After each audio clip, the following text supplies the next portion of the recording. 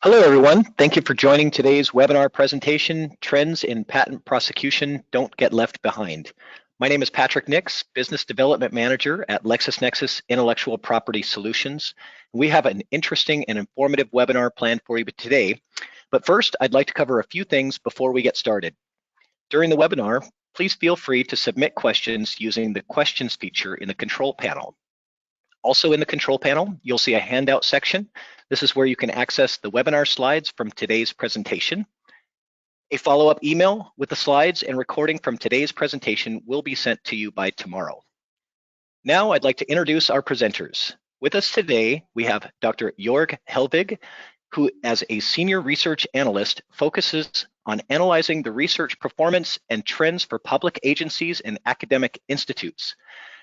Jörg has worked on several projects for a variety of clients, including the European Commission, the Dutch Ministry of Economic Affairs and Climate Policy, the Welsh Government, the Indian Department of Biotechnology, and the Association of African Universities.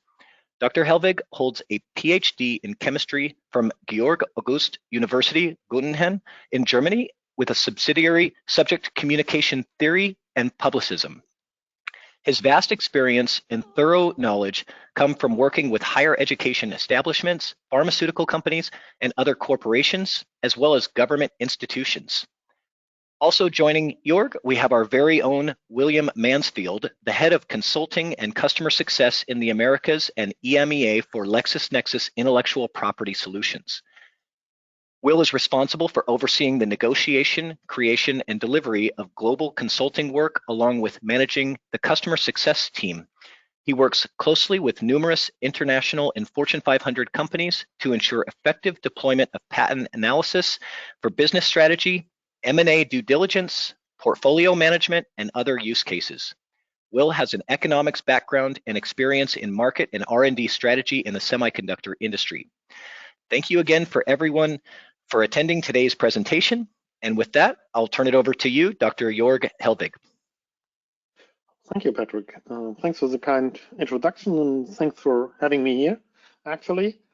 Just jumping right into the topic, what is net zero and why is it relevant? So, as you all know, hopefully, net zero refers to a state in which greenhouse gases going into the atmosphere are balanced by removal out of the atmosphere.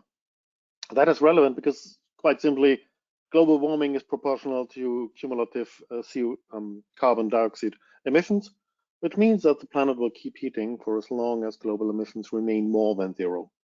So we need to decrease it and to hopefully completely remove carbon dioxide.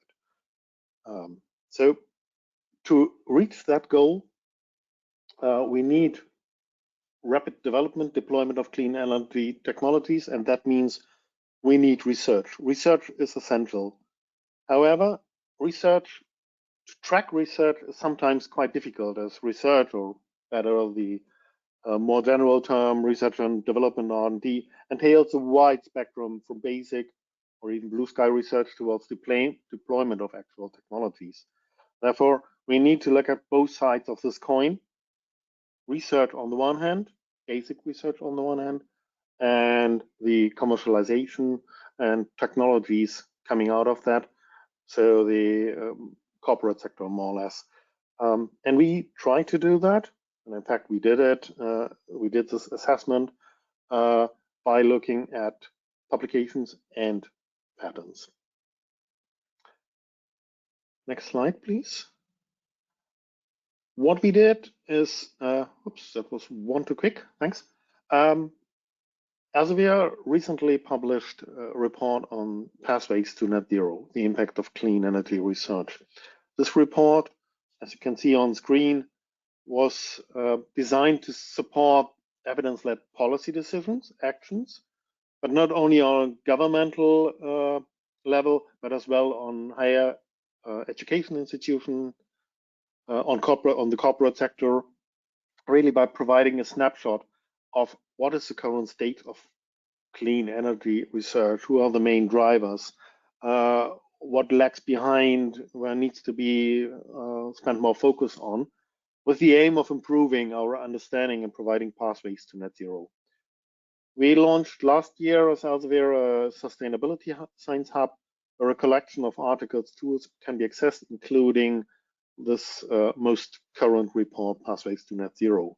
And what we want to focus on today is not the full report, but really getting out a couple of analysis where we see use of or assessment of publications and patents is really complementary, looking at two different sides of the same coin, actually. So next slide, please. Thanks. To start with R&D, the first thing that comes always to mind is funding, is budget, is investments. A recent report of the International Energy Agency from, I think, May this year states that the investments in clean energy are rising, and they are projected to rise to roughly $5 trillion annually by 2030. Governments have a key role in enabling that, but the majority of the funding in R&D is still on the corporate sector. So it needs to be an increasement of the investments in all kinds of clean energy related areas like low emissions fuel, electricity generation, energy infrastructure, end users, whatever. So everybody needs to work together and to invest, and that will in the end benefit us all. On the next slide, we can dive directly into some of the analysis. As mentioned, we looked in the report in publications and in patents. While I cover the publications part, I will play a bit back and forth as well on the patents, so that you can see, hopefully, what is the value of assessing these two different aspects of research. Actually, whether they are really different aspects of a different question. So on the left side of the screen, under publications, you see an analysis, very rough and quick analysis, but a very rough analysis on who are the main contributors to net zero research. The green bar indicates the total amount and the share of global net zero research, while the gray bar, more in the middle, indicates the total output of research. What you can see is that China is definitely one of the rising stars, not rising stars anymore, but one of the major contributors to research.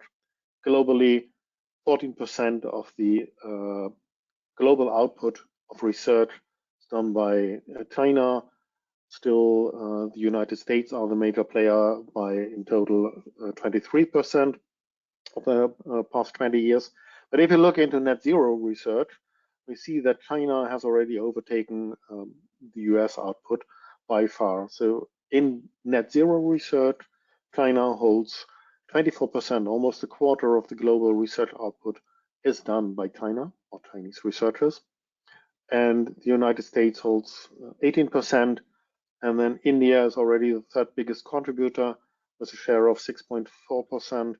And then Germany, Japan, the United Kingdom are following, which would one expect, but this real strong increase of China is one of the major effects of net zero. We will look into the annual trends a bit later, but it is interesting how this research output really is hopefully mirrored by patents. Yeah, cheers, Jörg, for the introduction to the topic of net zero. So, like you say, on the patent side, there's a lot of things there that are mirrored. So similarly to publications, looking at the authority or the region that the researcher was from, it's the same on the patent side. So here we're looking at the country in which the inventor was based, not necessarily where that patent was filed or where the company is from. And looking at that, we can really see China's, well, you could say lead here. I mean, we look at at portfolio size, which is the number of active patents at a given point in time. We can see that, yeah, China's well ahead of this. But if we look at the numbers on the far right-hand side, this is then the share of net zero patents as a percentage of the total portfolio of these countries, and we can see, you know, across the countries there's some variation, but in large part this is around 6% as it is for China, a little bit lower for Japan, a little bit higher for Korea, but in large part a similar share. And particularly for China, I think it's interesting. It's not something that's here on the slide, but that whilst this is an area of growth, and that's, like you said, something that we would see later in the slides as well, that in terms of number of patents, in terms of portfolio size, this is an area of high growth for China, but it's an area that's growing at a still slower rate, albeit very fast, but at a slower rate than China's portfolio as a whole, which means that percentage of 6% is actually decreasing over time, despite their very strong growth in the space. And that's more a comment on the overall growth of the patents from China as a whole, rather than the space here per se. And this is just one view, basically. I mean, look here just at the number of patents, and then the question is, okay, I mean, China has the largest portfolio, but are all of those patents, what is the quality, or what is the strength of that portfolio? And so, yeah, if we move on to the next slide, then we can see that detail. So here again, the same publications on the left and the patent data on the right. We can see, you know, China far on the right hand side of this, the same number as we just saw in the last slide. Clearly, you know, more than double the size of the portfolio of the next nearest. But that quality, the average quality of the Chinese portfolio there is below the global average, which is 1, which is highlighted there with the dotted line. So whilst this is a, you know, big portfolio, the average quality of each of these patents is much lower than the others, and also lower than the average.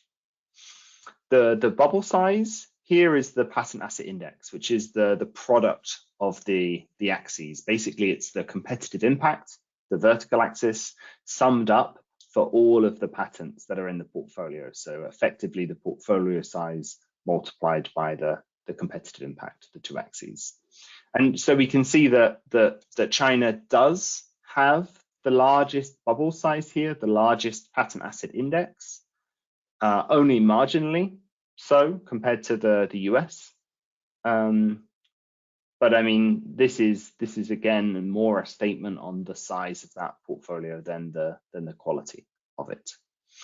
And like I mentioned, the US then is kind of second in this patent asset index ranking, but the makeup of that portfolio is completely different. So the US portfolio there is about 80,000-90,000, whereas the Chinese portfolio is 350 to 400,000 patents. But the quality of the US is, you know, 2.5-3 times the global average, and more than that times the Chinese portfolio. And so there are, you know, fewer but much higher quality patents. Those patents that have been you know, that have been chosen to be filed, that have been chosen to be maintained, it has been more selective, and so, you know, we have a higher quality portfolio, and that's somewhat similar for the other players there. I mean, Japan, Korea, again, smaller, about average quality, whereas, you know, the UK, Canada, Germany, France, much above this. Yeah, and I think a similar but slightly different picture on the publication side. Yes, although I would not really say it different. It's really almost the same. What we see is on the left side is really the size of the bubbles is the number of publications, so the output. China is leading by far as the most prolific player globally. And the y-axis, we see the FWCI, which is the citation impact, so more or less the quality again. And the global average is at roughly 1.5. China is at global average. Korea, India are at the same level or even below. While United States, UK, Canada are by far leading in terms of the citation impact, the quality. And the x-axis is what we call the relative activity index, so a measure of is a particular country, is a player focusing on that area. Is the share of publications in this specific topic higher than the global average? It is always at 1. So as we can see, China, Korea, India have a much higher average in share of publications in net zero of their total portfolio and publications, but the quality is relatively low. So as we have seen in the previous slide, China has 14% of its portfolio in net zero, which is far above the global average. And that is the reason why it's so strong on the right side of this picture. But again, the quality is much lower. That may be related to rather local publications relevant for the local market, or by not cited a lot by international other publications. That may be a reason, but that is the general picture that we can see here. And Japan, more or less, with its strong position from the past, with rather big portfolio, but that is more coming from the past. It's not much new stuff coming in, many new publications that have been highly cited. So even Japan slightly below the global averages. And coming from this impact of research, what we mentioned earlier already, a quick look into the annual trends. Winners, losers might not be appropriate for that. It's not a race, but what we can see is, again, under the publications, that is the ranking, which country is the most prolific. China again, followed by the United States, India now on the 3rd place, the 3rd biggest contributor to net zero research, with huge jump in from 2013 to 2014, rising up. But what might be even more interesting in these annual numbers is the size of the bubble, because that indicates the actual output. And what we can see is how China has risen across the years, overtaking the United States in 2012, but the size of the bubble almost doubling or even tripling across a 10 years period. So that was a almost exponential increase in publication output, while most of the other countries are growing, but not at the same pace as China is doing. And I think for the patterns, we see a similar pattern. Indeed, right. So, I mean, here then we're looking at a slightly longer time frame than that we look at for the publications. So starting in 2001 to 2020, so 2 decades rather than just the one we just looked at. And also on the vertical axis, then we're not looking at portfolio size anymore, but we're looking at that bubble size from the previous chart, the patent asset index, the cumulative strength of the portfolio. And even here, you can see this kind of indeed very upward trend from China. Again, like I mentioned, this is the patent asset index, the cumulative quality. So even taking into account that lower quality, we still see this strong trend there, primarily driven from the number of patents. And just for reference, that's the the kind of dark blue line that's diagonal across the others, starting from about the third from bottom in 2001, and just reaching the first position in 2019, 2020, just overtaking the US. And I would say there's two other quite interesting things within this graphic. One being, the trajectory from Korea. So that would be the light yellow line that goes from the fourth from bottom position, just above China in 2001, to the fourth from top position, just in the middle there, just overtaking the green line, which is Germany in 2020. And so Korea in the first decade basically had this trend that was almost parallel to that of China's growth, and over the last decade has reduced, right? Has started to flatten out, and to kind of still be greater than that of the other countries that we have here, but coming more in line with the general global trend, which to say is not as upward as one might think would be good, right? So we can see a kind of upward trajectory overall that's similar for a lot of the countries in the first decade, but I mean in recent years, in the last 10 years, most of the development is flat. So that doesn't mean that obviously no activity is happening in the space. Obviously patents are continually being filed and coming to their end of their life or being discontinued, but that the new filings are replacing exactly those that were lost in terms of number and quality, basically.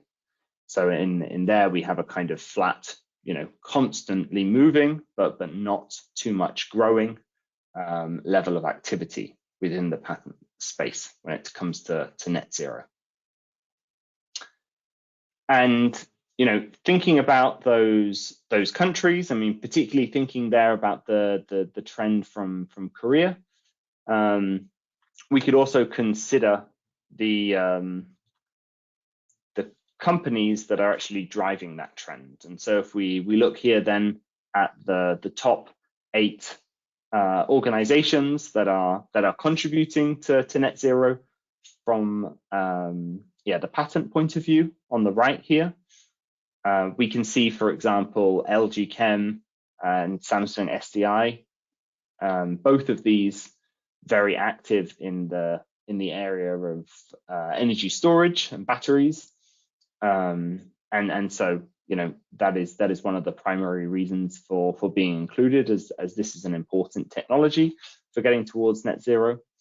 And obviously both from Korea and the strength of those organizations and a couple of others, and the focus that they have in the space is really largely contributing to the trend that we saw on the last slide. I mean, so the green bars here on the right, this is the portfolio size again. So the number of patents, and that's the order. So it's the 8 largest in terms of number of patents in net zero. And the blue dot is the share. So how much of these owners' portfolio is within net zero. So similarly to that we saw with the countries towards the beginning.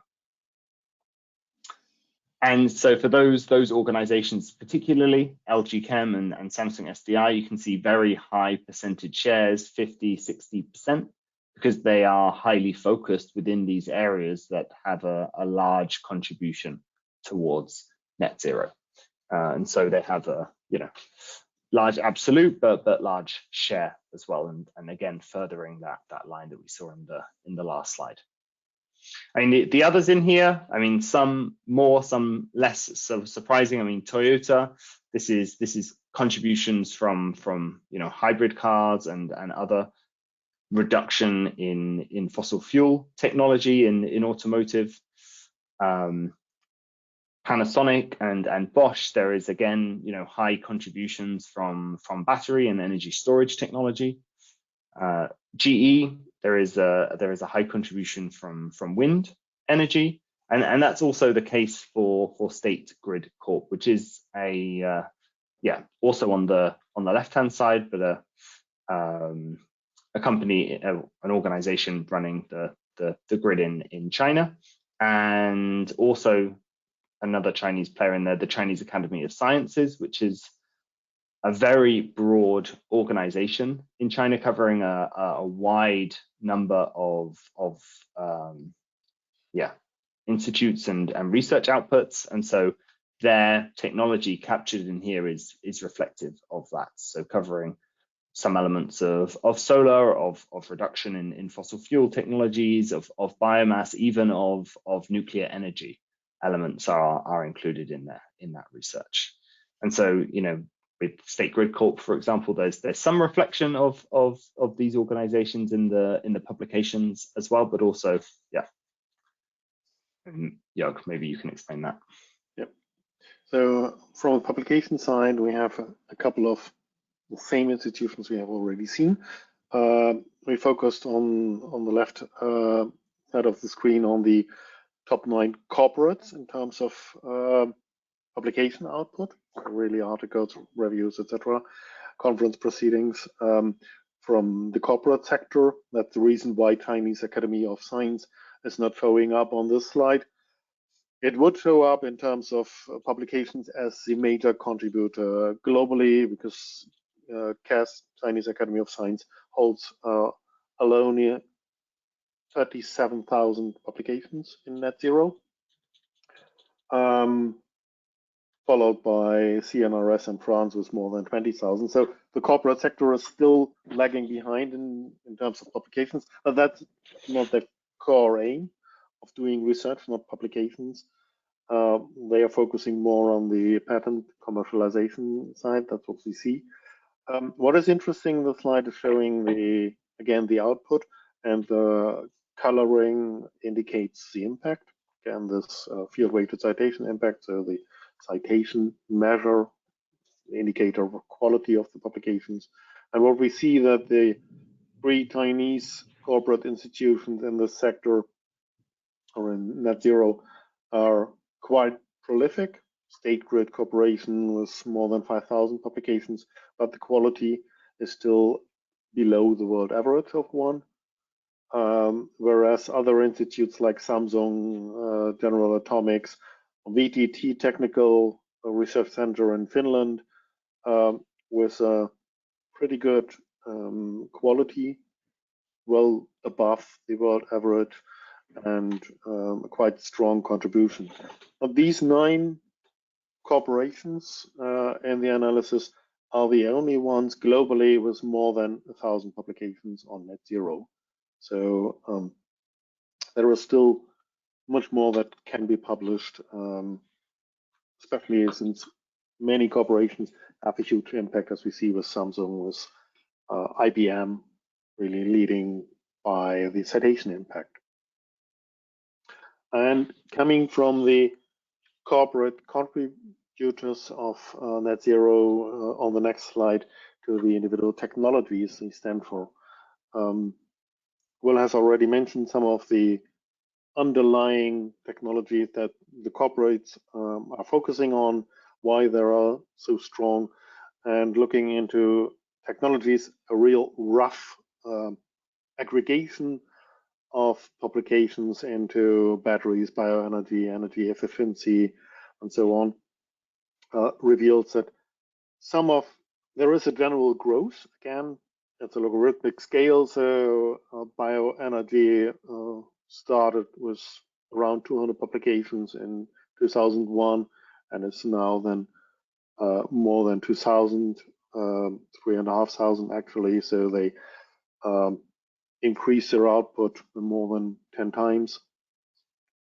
Many other topics had a strong increase over the past 20 years, except nuclear power. Nuclear power is not only what we would call atomic energy, it's as well comprising fusion energy as well. And this is mentioned really rough aggregation, but that remains stable, which might be reflective of some political decisions as well.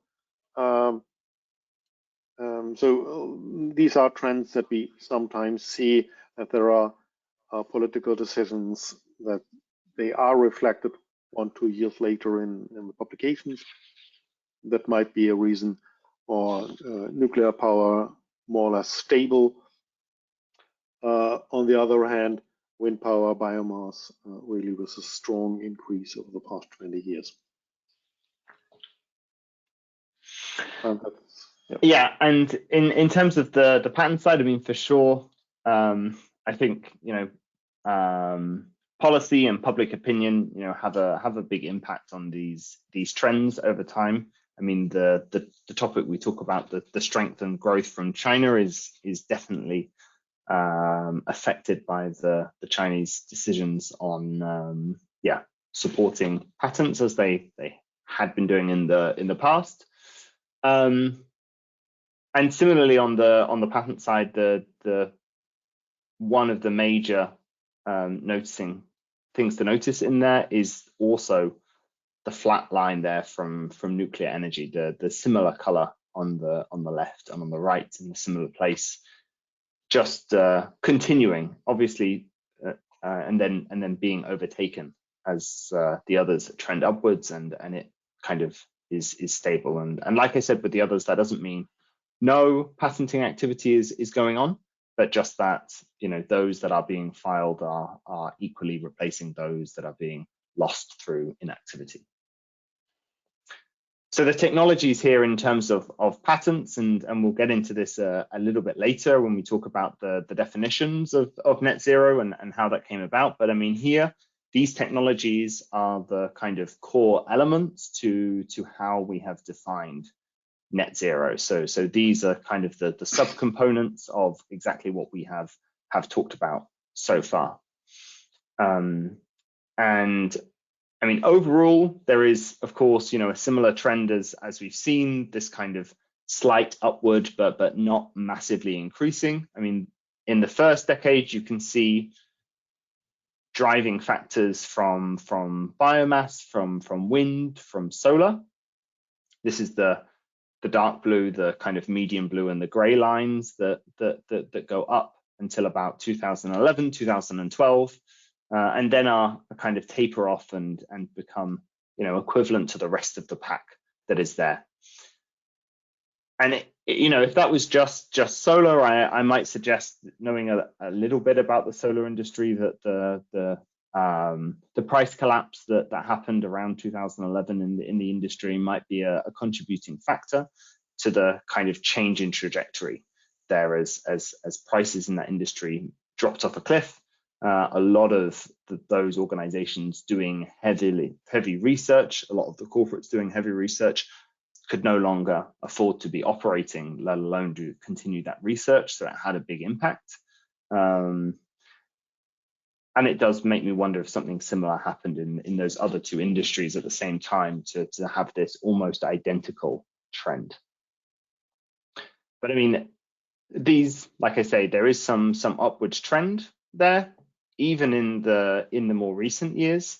But I mean, really, the only one of these technologies that seems to have a continual upwards trend is the greenhouse gas, the GHG emission reduction, the dark green line at the top, which is, you know, quite a large field. I mean, the others that are in there, solar or wind energy, they're quite discrete, they're quite clear in terms of what they cover, although, you know, there's some nuances to that about what you exactly include within solar energy, how far you go when talking about the kind of line between light emitting and light and energy generating photovoltaics. But I mean, with the greenhouse gas emissions, it's quite a broad topic that covers the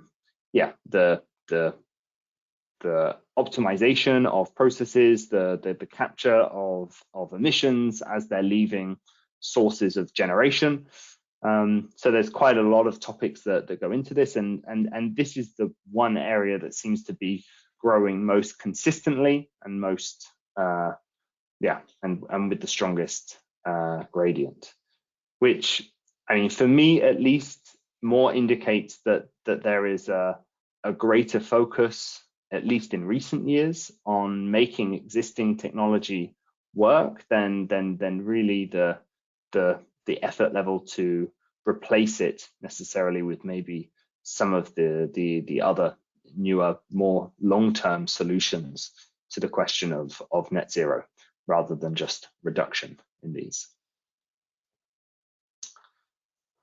And then Jörg, in terms of analysis, I think this is you. Yep. This is again kind of the bridge between research and patents, maybe between publications and patents. So this analysis focuses on what we call research levels. You may know it under research maturity as well. So we can assign research levels to publications ranging from real basic research through applied research, engineering, technological mix, and then in the end leading to applied technology.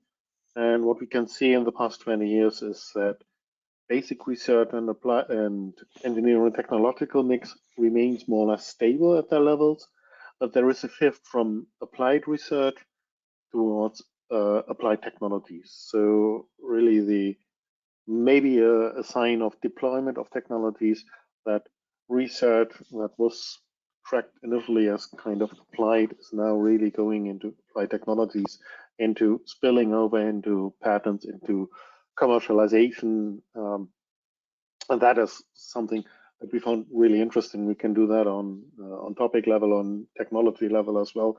But we see in some technologies, we have seen in the report really that they are, with a majority of publications, still into this basic field, whereas other technologies are really already in this deployment phase into applied technology. But it was really interesting to see that happening across the past 20 years. And so, I mean, that's a view on the kind of the trends and what's going on in net zero. But there is a wider picture here as well. So as we looked at the technologies, and I mentioned this is a core defining feature of the definition for net zero that we have used here, or was used for the publication that Elsevier made. These are strongly based on the definitions that LexisNexis IP and Elsevier have for mapping patents and publications to the United Nations Sustainable Development Goals. And so maybe not everyone is aware of what these are or their structure, but I mean, the United Nations Sustainable Development Goals are these 17 goals that the United Nations set out. They include targets to know if those broad goals, what needs to be achieved to achieve those broad goals, and then target indicators to say if measurable aspects to say if those targets are achieved or not over the time frame. And there's a whole wealth of metadata and policy guidance documentation to say how to interpret, how to calculate, how to effectively measure those indicators. And as part of it, there are these SDG 7 and SDG 13, so affordable and clean energy and climate action. And the definition we use here for net zero is primarily based on these two aspects of the Sustainable Development Goals. And like you can see here, this is one aspect of it, this kind of net zero, clean energy, climate is one aspect of these, but obviously the Sustainable Development Goals go well beyond this. they talk about poverty, zero hunger, education, health, even things like gender equality and such that are not technologically driven. And so, at least for patents, this is basically the high level mapping. And the way that we do that is looking at the goals, targets, and target indicators that I mentioned. And within here, there's quite clearly defined areas that need to be developed in order to reach those goals. And in many cases, those are specific technology areas highlighted within those targets and indicators. And so the summary of that for at least the patent side is what you see here.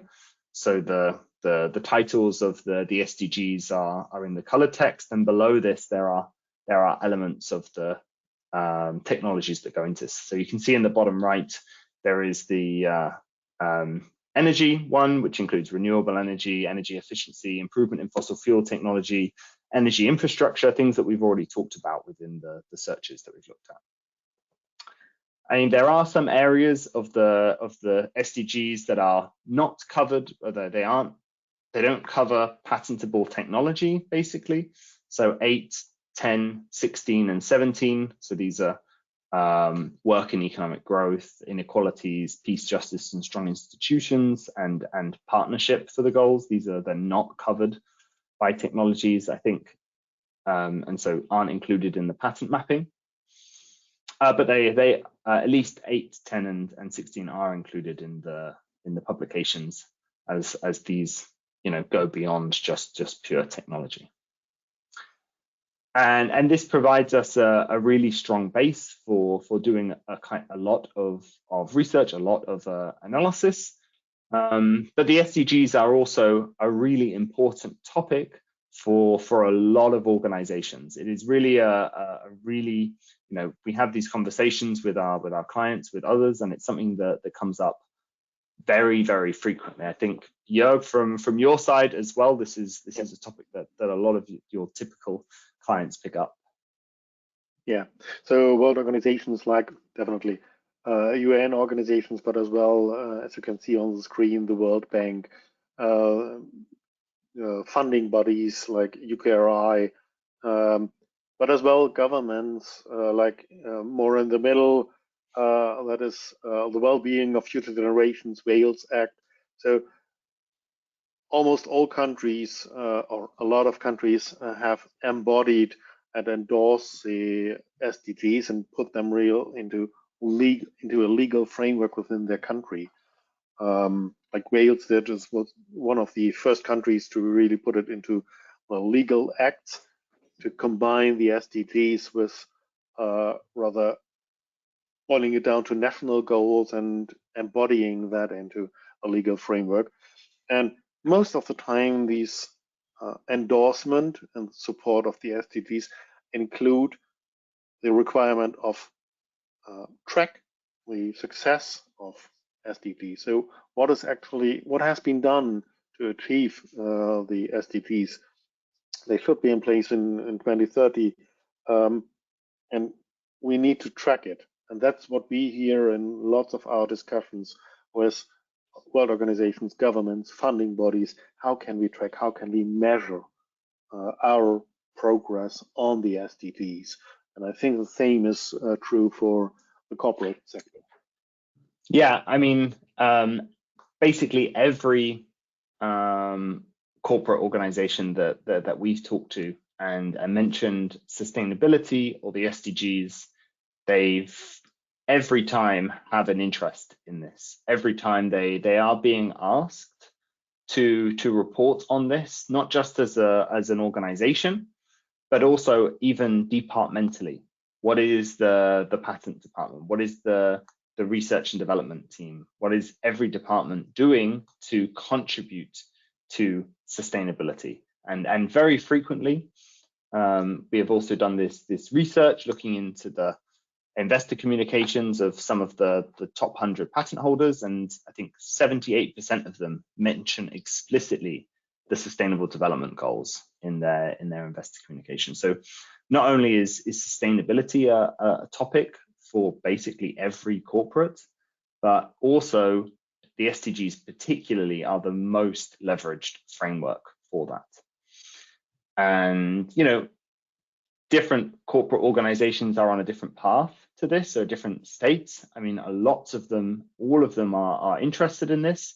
Some that we've talked to have gone as far as already having, you know, ways of defining searches for the Sustainable Development Goals and mapping it to their technology and looking at reporting on this, similar to what we have shown here as well. And some are at a much earlier stage. They don't have the resource in order to do something like that. I mean, it's no small task to understand all of the material that's within the SDGs, understand all of the technologies, create all of the searches, validate them, check them that they actually make sense and we don't have too much noise or erroneous information in there. Most organizations, except the largest, would not have the resource in order to do this. So smaller organizations need support in order to be able to leverage that kind of data. And even for those organizations that are larger, that we have talked to, that are already very well developed in their thinking and they're looking into this, have already defined searches and metrics, are still highly interested in getting this information from third parties.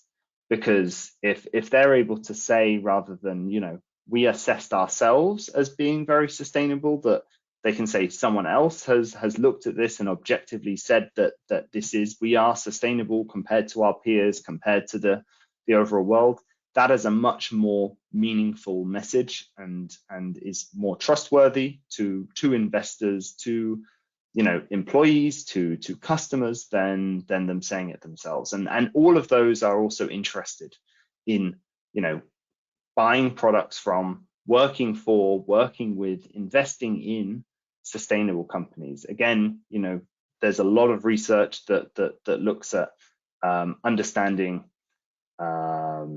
you know, investor behavior and client, customer, employee behavior, and majority, these people want to work with and invest in sustainable organizations. And so it's important to evidence that for these. And actually, that's where our own path along this road came from, particularly developing the pattern and SDG mapping, was talking with investment firms, particularly about ESG investing. I mean, we have been talking with a lot of investment organizations about alternative data, about using patent data to help make investment decisions. And one of the key use cases of that is understanding, you know, what a company is actually doing in a more objective way. And, you know, that can be used for technology profiling of organizations. It can also be used in this case for understanding how sustainable an organization is. And so it's from this ESG investing that we saw the importance of this, and the heavy use of the SDG framework in these kind of definitions that led us to this mapping, so that those looking for, you know, objective ways to say we are investing in sustainable companies can do so with the pattern mapping. And, you know, it's not just our clients that we see this is important for, it's also important for ourselves as our own organization. I mean, above, you know, Jörg at Elsevier and me at LexisNexis, we have RELX, our kind of umbrella company above the both of us, and who are also very active in this space, being a signatory to the UN Global Compact, which is a precursor to the SDGs.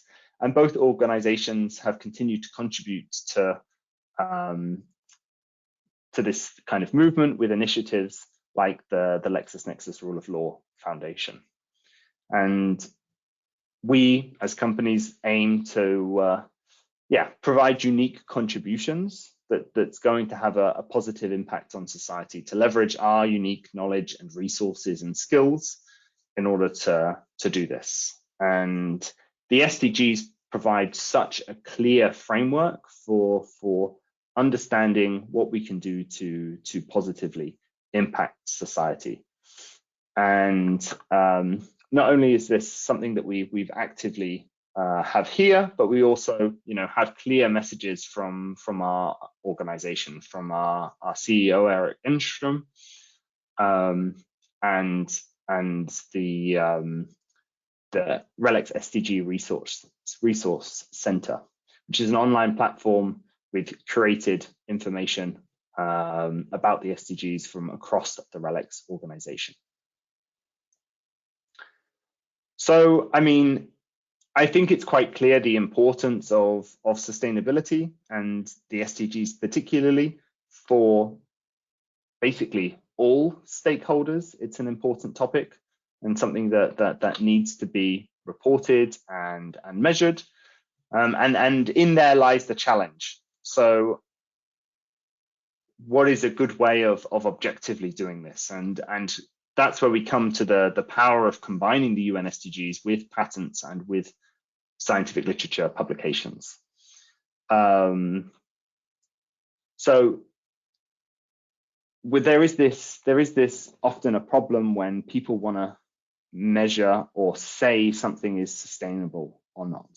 Frequently, there is a problem with this kind of active misleading, this greenwashing term that is used a lot. But even not as strong as that. Often, we've done a lot of looking at corporate websites and investor communications through the process of developing the SDGs mapping. And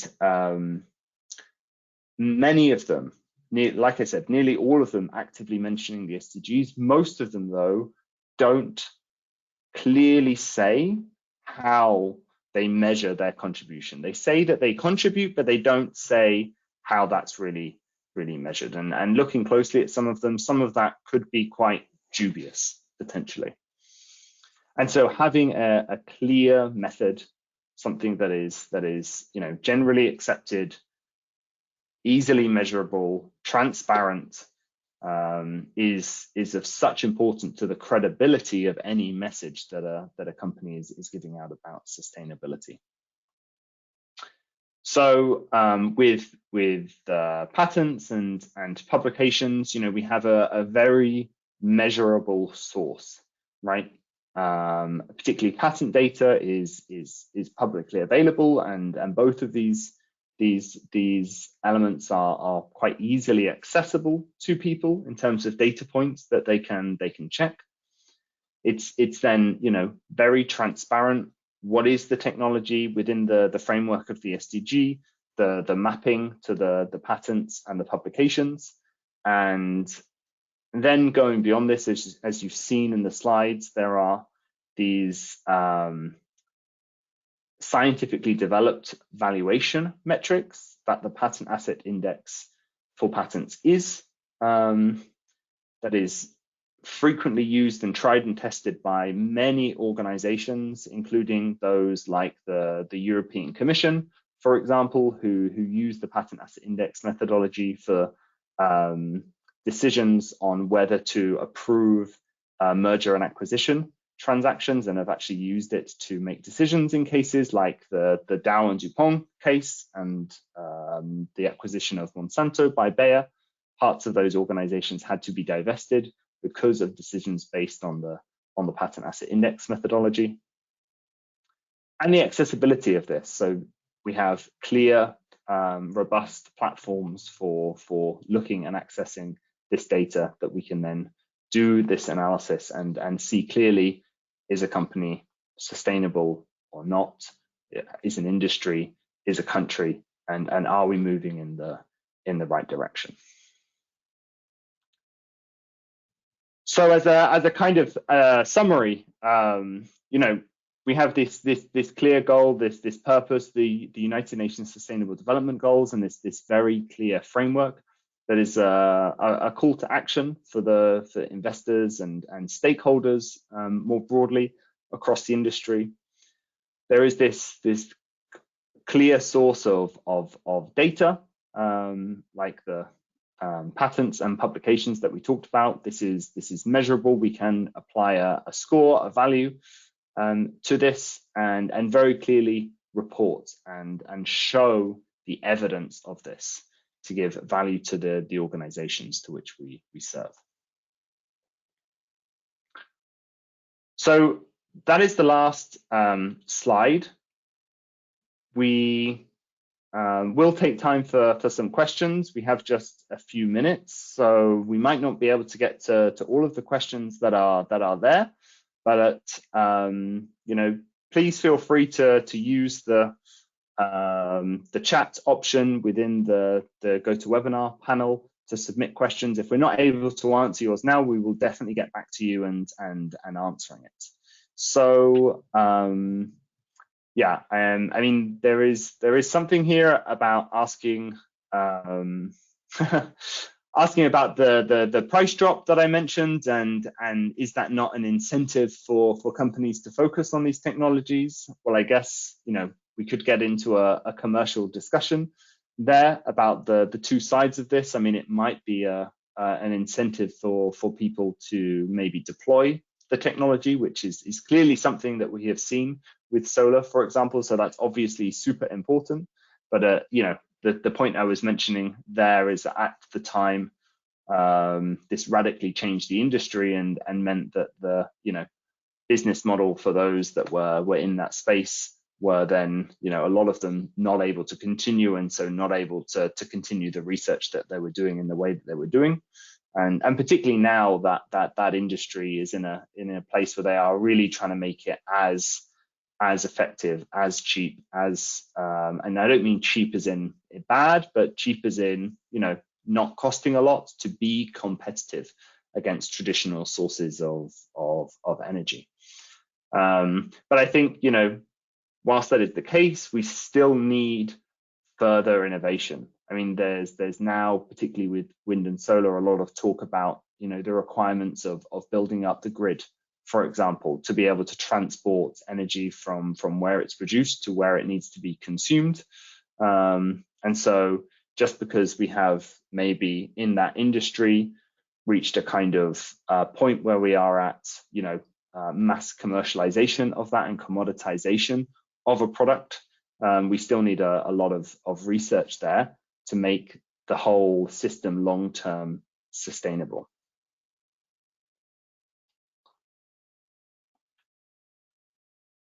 There's another question aimed at you. Is the scoring method for the quality of patents?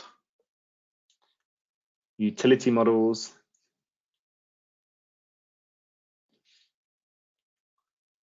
Yeah, so I mean, within the numbers that we saw here, we are talking about, you know, traditional patents, so actually not actively including utility models. Both the kind of the scoring metric, both for the publications and for the patents, relies heavily on citations as an indicator of the strength, and both of these, like I mentioned, are you know, very well developed. The Patent Asset Index is scientifically proven, peer reviewed and published, so people can go out and look at it. It's very transparent.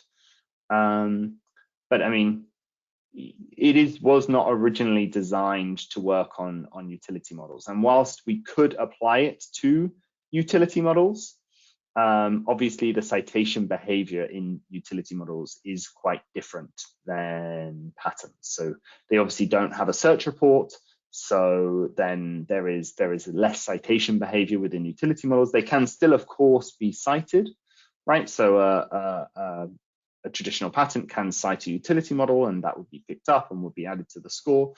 But to really effectively leverage something like the Patent Asset Index for utility models, we would likely need to add another element to the metric in order to support that. So whilst, you know, in something like Patent Site, you would be able to see the utility models, they wouldn't get a score in the same way, basically.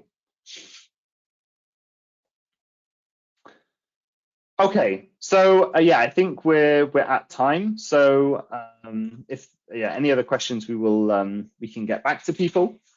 But I want to thank you, Jörg, as well, also in the evening for you. So I really appreciate you joining us and talking about the Net Zero report. I think it's super exciting. It's amazing bit of publication. So I encourage everyone to go and have a look. And certainly we are very happy and glad to have been able to contribute in part to it as well. So thank you very much. Thanks for having me here. It was a pleasure. So it was a nice discussion, nice questions. So thanks for having me here. Cheers. And everyone else, have a super day. Thank you all as well. Bye.